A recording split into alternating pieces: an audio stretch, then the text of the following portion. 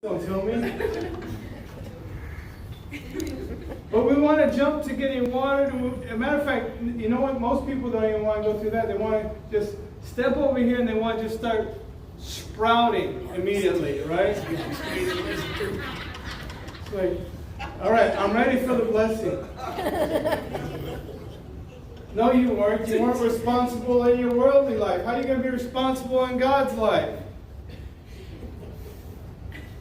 He's going to cause you to build responsibility. He's going to cause you to have a backbone. To stand up for His word instead of, no, you know what, hey, I ain't no believer. I don't know what you're talking about. I was just visiting somebody that was there. That's all it was. But to stand up and to be a man of God, no matter who's there or what's there, you're standing for His word. Amen. Just like those,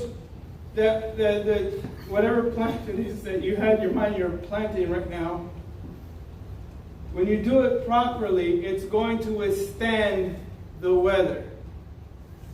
It's going to withstand some things. Because you took time to plant it appropriately. You did all the steps and you went through it. And so too there's steps in walking with Messiah Yeshua. Just as Rashi says, we have to dedicate.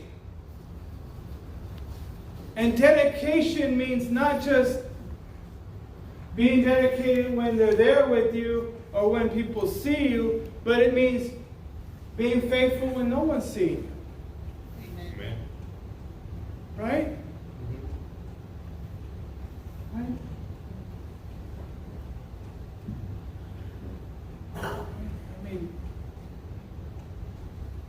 And so God asks us in this portion, more so than any other Torah portion. And when we read the Besor, the New Testament reading for this section, Yeshua is asking us to walk in faith with God. And one of the beautiful Jewish understandings is that we are partners with God. And just like Brother read the story about Tzedakah and the Zaddik, when Elisha or when an angel comes to your life, they're actually seeing if you are in fact being a righteous person. Are you focused on all the negativity? Are you focused on being hip? Or is your life about the Word of God? About being righteous? And I've heard a teaching that none are righteous. And it's only, listen, God has called you to be holy. If He didn't think it was possible for you, He would not have called you to rise up to that. Amen. So you need to get out of that mind frame that, oh, I'm not holy. I'm not worthy. He called you. He sent His Son for you. Stop looking for excuses not to stand up and to rise up to the call.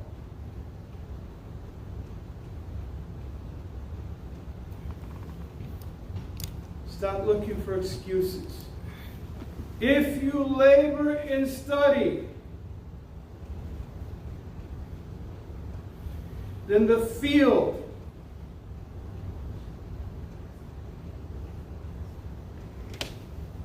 will produce abundantly.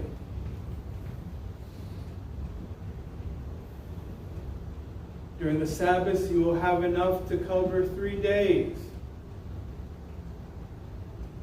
During the Shemitah year, you'll have enough to cover 3 years. Because you're putting your faith in God. You're standing up, you're rising up, you're walking boldly as a son of God. not in judgment of others like we read in the story, or actually like Lewis read in the story. The rabbi, he didn't judge that beggar. Did he judge her? Nope. He gave her charity because that's his role. Regardless of her situation, that's her role. Right? Our job as the people of God is to fulfill our role.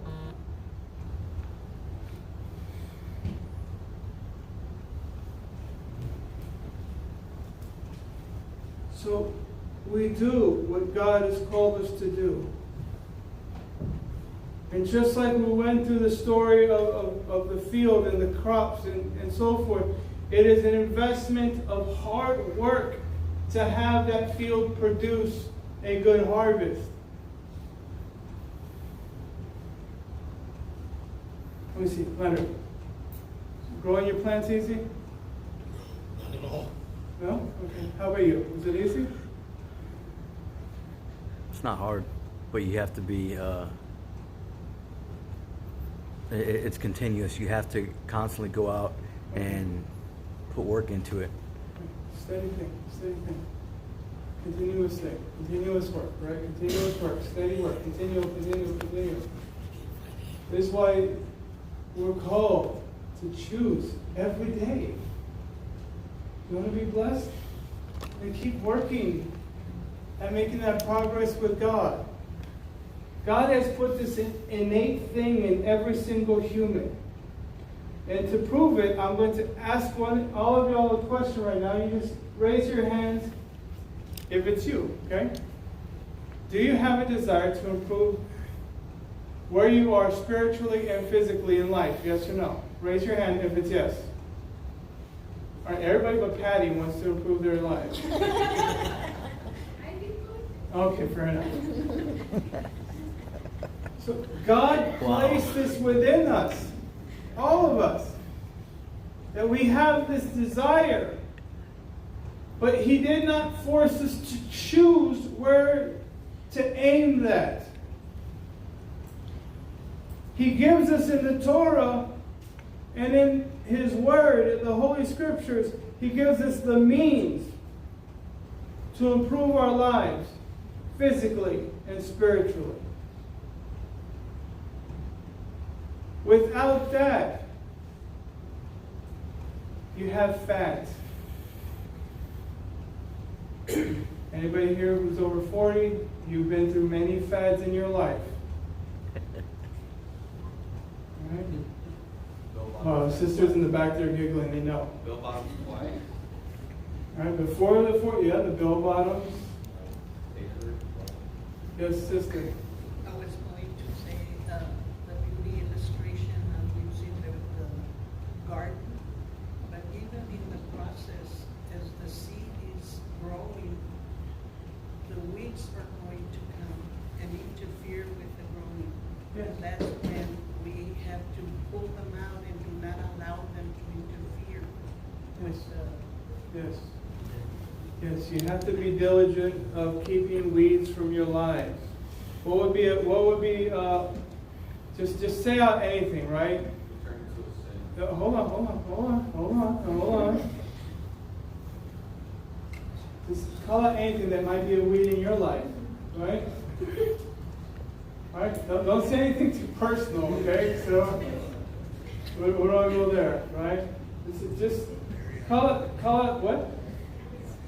Call out something that might be a weed in your life that you continually have to say, okay, no to that. People.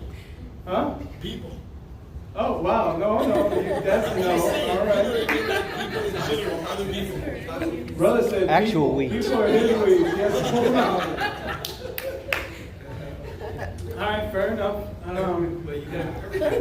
All right, hang on. All right, you got a weed in your life? Everybody just shout out a weed in your life real quick. Actual weeds. Huh? Your job. Oh, God bless you, sister. Anybody else? Oh, y'all want to stay quiet, right?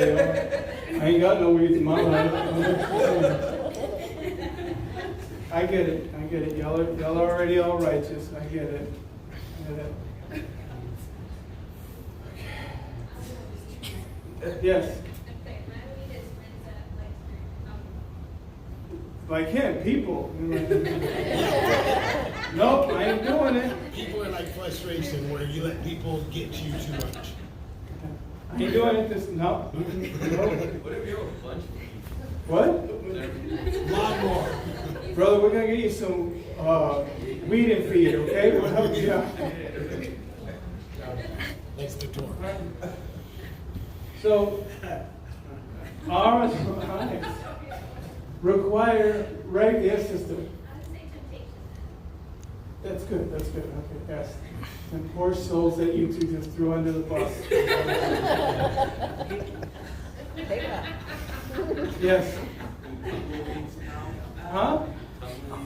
Sure, brother. Hey, look, if you have mobile weeds in your life, we're going to pray for you today. But we absolutely, in our walk, it is very much like this. And God promised us within this Torah portion that He will in fact bless our lives. He will bless our lives. And we must understand that Yeshua nor Paul never did away with the Torah or God's instruction for a better life. They did away with what you owe. They did away with your penalty. This does not mean they did away with consequences. If I go outside and well, not me. If somebody else goes outside and does something, then they have to deal with the consequences of that. This is one of God's laws. Right? Cause and effect. Gravity. These are God's laws. He hasn't done away with any of those. Nor has He done away with the other 600 laws. Yes, I am. Thank you. 650. Yes, you're awesome. So this week, blessings to y'all. Y'all have a wonderful Shavuot. Have a blessed and joyous week. So this week,